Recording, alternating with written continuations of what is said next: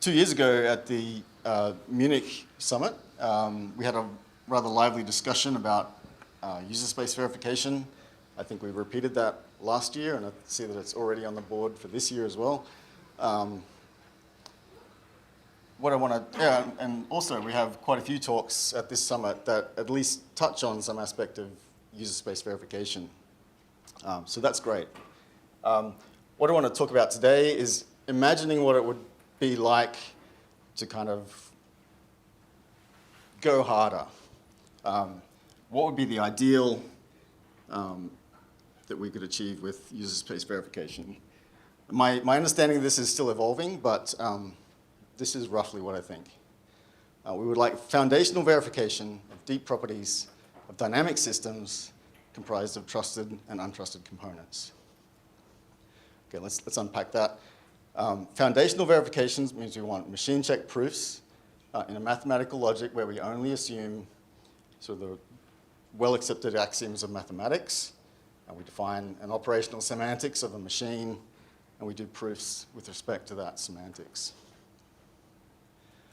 Deep properties, things like functional correctness and integrity, things like we prove for SEL4. But this is the really important one, dynamic systems.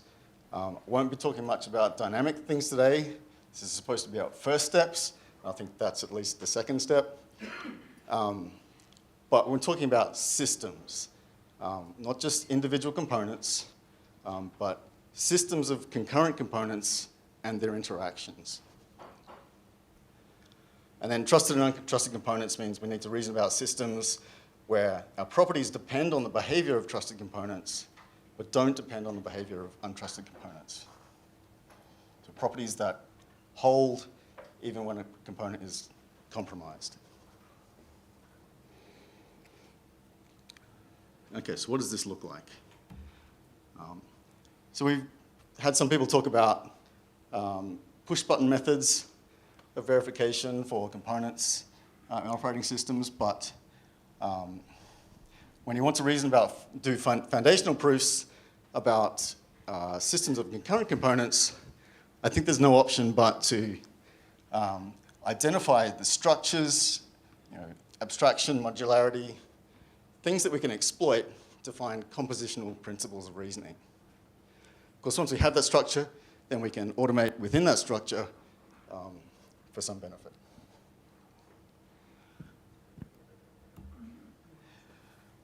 Let's try to make this a little bit more concrete. Have a couple of little example systems that will just help us understand what we're talking about.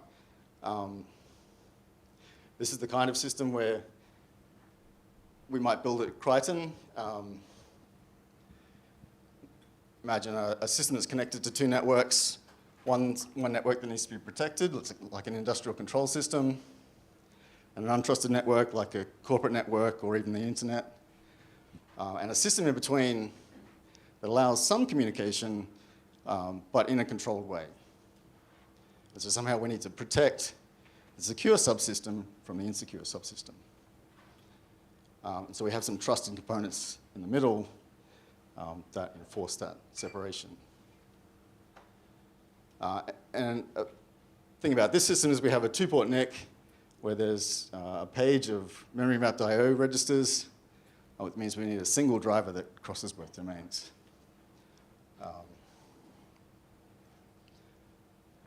Okay, so the kind of property we want is that any traffic that goes between these networks needs to go through encryption, authentication, filtering, and monitoring. So how do we prove that kind of property? Well, one way is to prove a simulation or a refinement property between the implementation and some model of how we want the system to behave. And so we can map sort of implementation versions of these processes up to some more abstract ones, but also erase the parts of the system that we consider to be implementation details. So in the model, the specification, we don't have a process that represents the driver. It's just part of the environment. So, proving that this implementation maps that specification, we'll need to show that, say, the driver and our model of the NIC sort of respect that model. But even this sort of picture here is a bit too abstract, because really, like at the implementation level, we just have one big state machine that's like a CPU that executes instructions, takes interrupts from another state machine, which is a device, and all the other things that exist on the platform. And so, eventually, it would be nice to have a relationship between this machine and that machine. Another little example would be something like the SDDF, the device driver framework.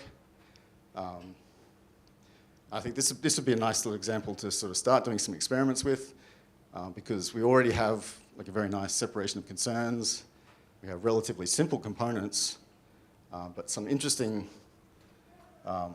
data structures, concurrent data structures that we might need to reason about. We'll come back to this example a little bit later. So how do we attack this? Well, I'm still trying to understand how we can reason about things in this way. There's been a lot of research, and so first step, obviously, is to understand what is out there, how we might use it, and then do some experiments to figure out how to apply that to our situation.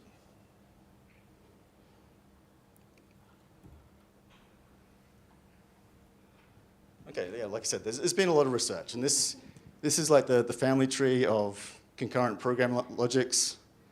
And this is not even the only line of research. There's a whole other line of research from process algebras that I haven't even looked at yet.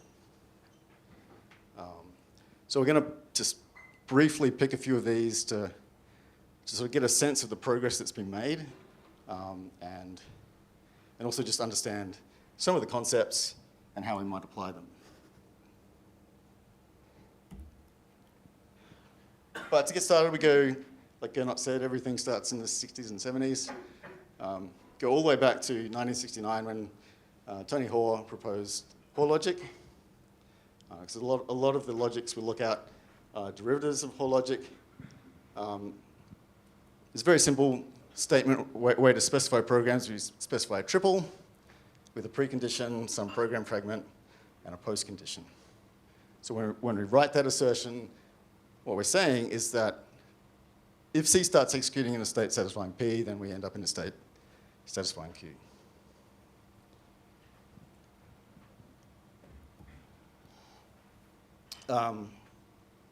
Logic comes with a bunch of rules for different kinds of program constructions. Here's a rule for sequencing two programs. If we want to execute C1 and then C2 and get the specification for that combined program, we can prove that. So it's here, this horizontal bar is a way of writing deduction rules, and basically says that if you have the stuff above the line, then you have the things below the line. So to prove the specification for the combined program, it's sufficient to prove specifications for the parts of the program. So if C1 goes from P to Q, C2 goes from Q to R, then the combined program goes from P to R. And there are rules for all the other ways of constructing programs. And so then we can prove specifications like this for a small program that reads a location, then writes a value back to that location. And this specification tells us what happens to the locations that it operates on, but it doesn't tell us what happens to the rest of the state. So we say this is a local specification. Which gives us some information, but it might not compose with other specifications because other specifications want to talk about other parts of the state. So sometimes you write specifications like this where you talk about the whole state and say, how it updates the state when you operate on the location. And so this one can compose with other specifications, but it talks about the whole state. In practice, you end up doing both of these. In the SL4 proofs, we have a lot of these, but that say more interesting things, and we have some of these as well.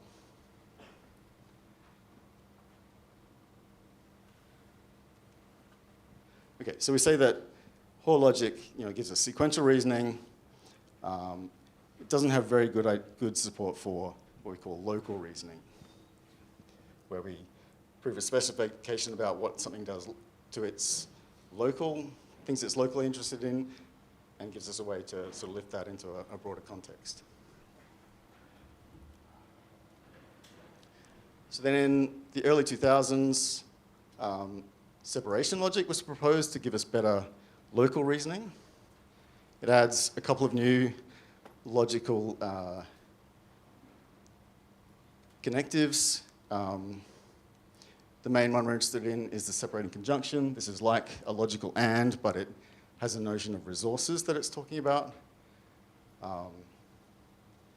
So if you have something that satisfies P and separately Q, then you can separate it into two separate resources, one of which satisfies P, one of which satisfies Q.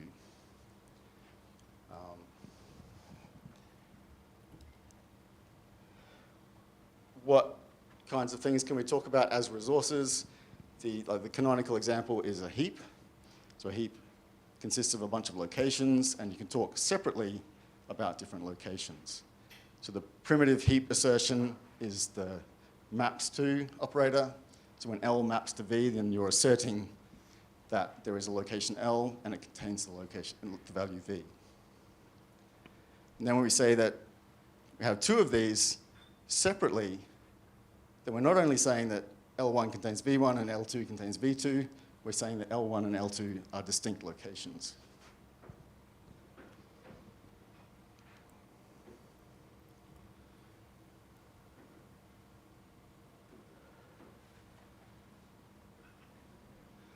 Okay, so now the meaning of the triple slightly changes.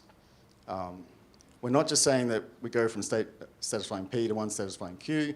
We're also saying that the computation won't fail. And by failing, I mean it won't use a location that doesn't exist.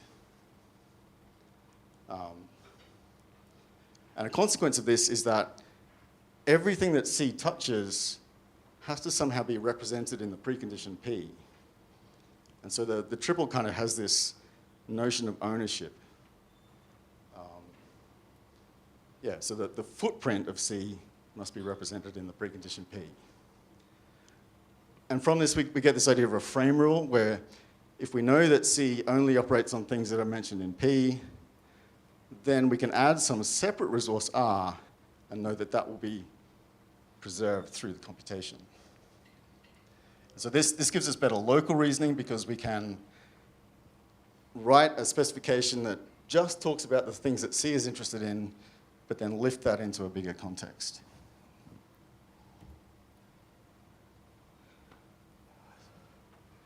And so we can write quite nice specifications. If we want to talk about lists, we can have an operation that splices one list into another. We can say in the precondition we have two separate lists, and then we get a combined list as a result. And you can also see the notion of ownership, where we kind of consume the list L2 and just get one list back. It's very convenient in separation logic to write these representation predicates,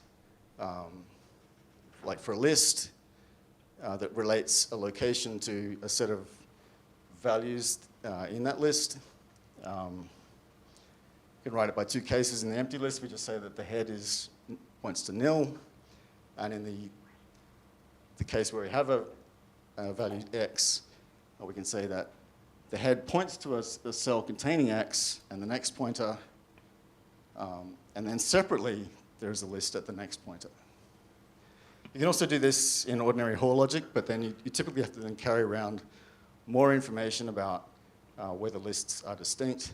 Because if you try to splice two lists together when they contain a common tail, then you end up with a circular list.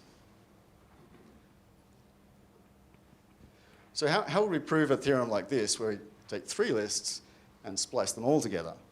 Well, if I expand that out to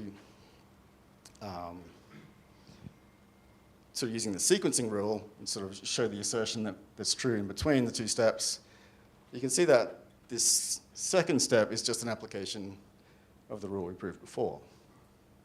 Now, if you ignore the assertions about list L1, you can see that this part is also an application of this rule.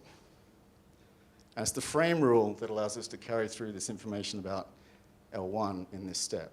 So we don't need to open up any of the definitions of splice or list to prove this. We just use the frame rule.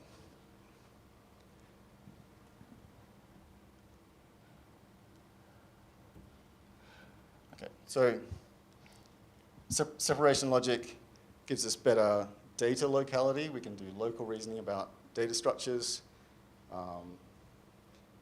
But yeah, it's not yet a concurrent logic. But when you have separation, folks quickly realize that maybe this is good for verifying concurrent programs as well.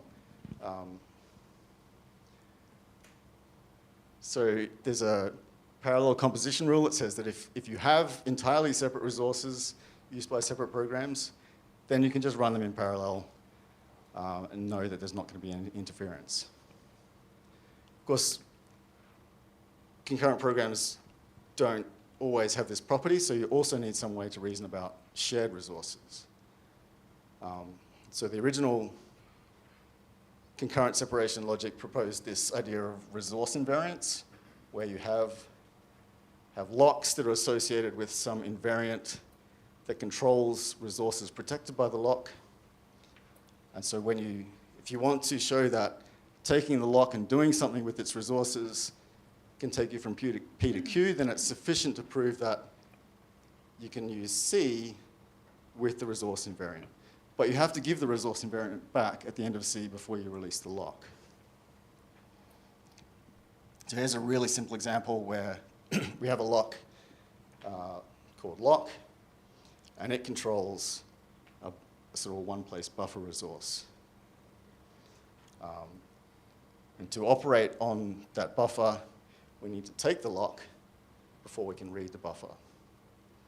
Because otherwise, we don't have any way to get the buffer resource in our precondition.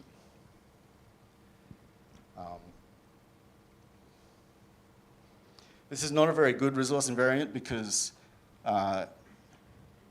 it only tells you that there is a location that is owned by the resource invariant. Once you put something in the buffer, you lose any knowledge about what is in there, and so you can't really prove any properties other than safety. And by safety, I mean that any use of the buffer must be under a lock. If you do want to prove more interesting things about the use of the buffer, then you need to change the resource invariant depending on how you're going to use the buffer. And so we say that concurrent separation logic gives you thread local reasoning because you can reason about threads separately.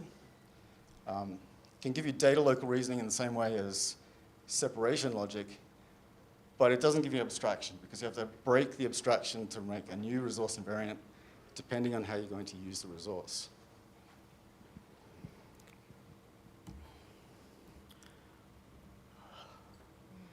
Yeah, and also, because we can only reason about locks, we only support sort of coarse-grained concurrency.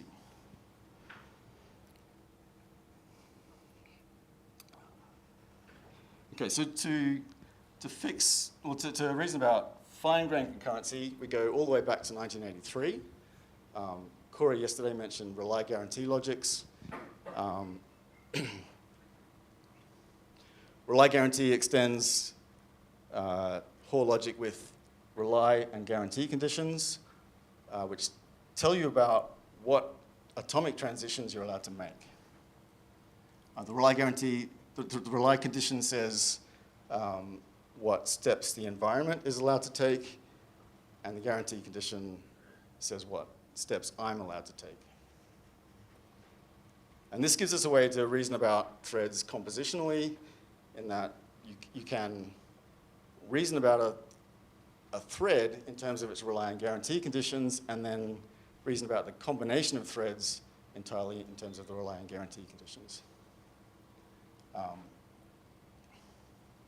But you're always talking about global state, and so it has not such good support for data local reasoning.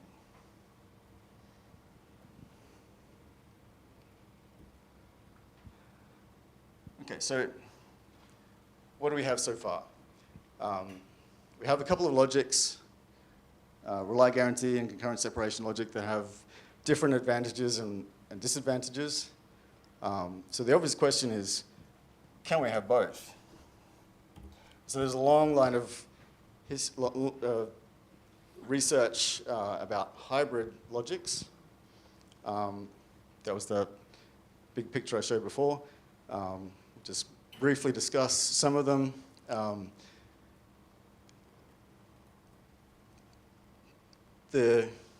Most of these logics, you have rely and guarantee conditions, but within those conditions you can talk about, use the separation logic, separating conjunction and so on, to get data locality as well. There's a bit of a trend as we work through this history away from having rely and guarantee conditions baked into the logic and towards reasoning about explicit state machines that describe protocols for interacting on, or for interacting with shared state. It's kind of interesting because when you interact with the shared resource has some kind of protocol for how you can use it and how different threads have rights to cause transitions in that shared resource.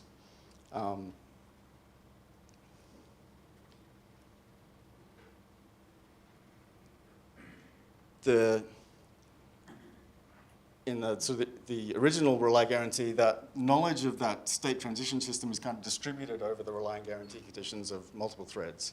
And sometimes that can make things a bit hard to think about. When you have an explicit transition system, you can then see more clearly how the shared resource works. And then instead you distribute permissions to perform transitions to the different threads. And some of these logics sort of explicitly talk about permissions as resources that you can give to threads.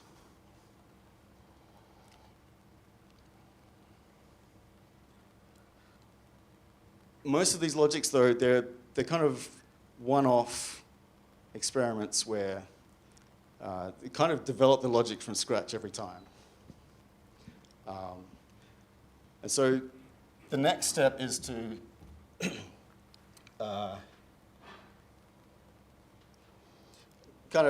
generalize the idea of a logic. And so in 2015, Iris came along. It's like a modular logic that has a very simple base logic from which you can derive many of the things that were done before.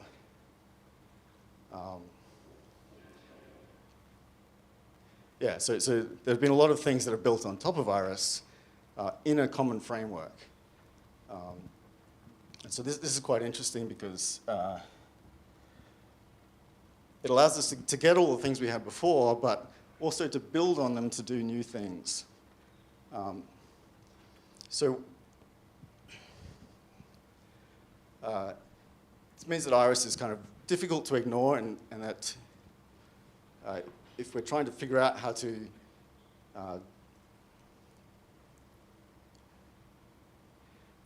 reason about user space systems, then we really need to understand how you can do all of these things in a common framework.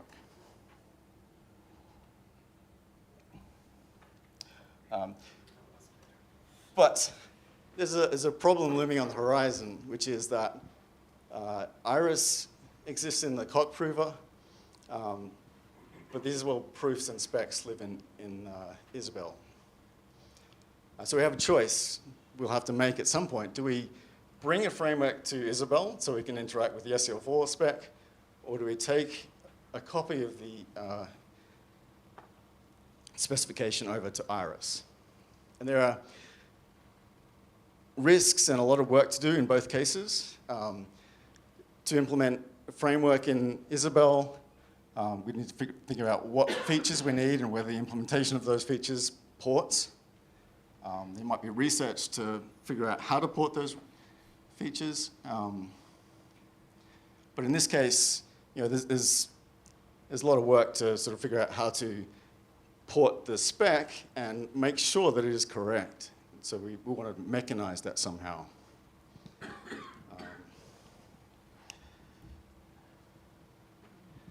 So yes, so the first thing we need to do is some experiments, and I think in both cases the experiments are the same. First we need to understand how to do a development in a sort of modern verification framework. And so I think doing something like a small verification on something like the device driver framework would be a good place to start. Yeah, sort of proving that a model of the implementation with packets as bytes in a data region refines like a message passing system. Yeah, that would help us to understand what we need to do. I might leave it there.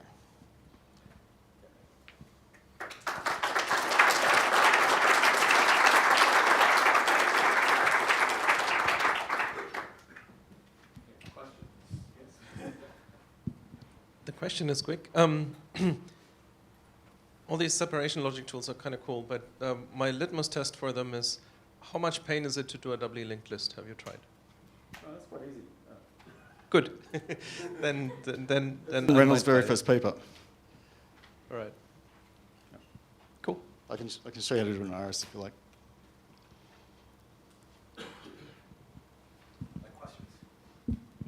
I'm just doing promoting my opinions. I don't for that slide of should you put Iris or should you put the spec?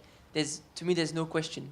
You're not going to convince. We want whole system verification. You're not going to convince everyone from Coq to go to Isabelle. You're not going to convince everyone from Isabelle to go to Coq. So we need to port the specifications. That's the only choice. We need to have a system to do that. But no, because people are going to develop new tools in their favorite theorem provers. And so, are you going to port ComSet to Isabelle, or are you going to port L4V? Because you want to import the C specification and the assembly specification. I want to connect people. People are going to compile program using ComSet, and they're going to verify it. And I want to prove that. No, it won't be. No, and I want to be able to prove. But someone is going to write a fast compiler and prove it in Coq. Okay, let's say it's not this one, but it's the next one. But sorry? Somebody's going to write a fast compiler and prove it in Lean. Sure, then I have to put stuff from Lean. So I think I agree that in general you want to be able to port specs, but I think that's a different question from whether you want to specifically port SEL4 to specifically Lean, specifically Iris. But yeah, I think I agree with you in general terms. Yeah. My point is that we need a general framework to port specifications. So we might as well start building it now. Okay.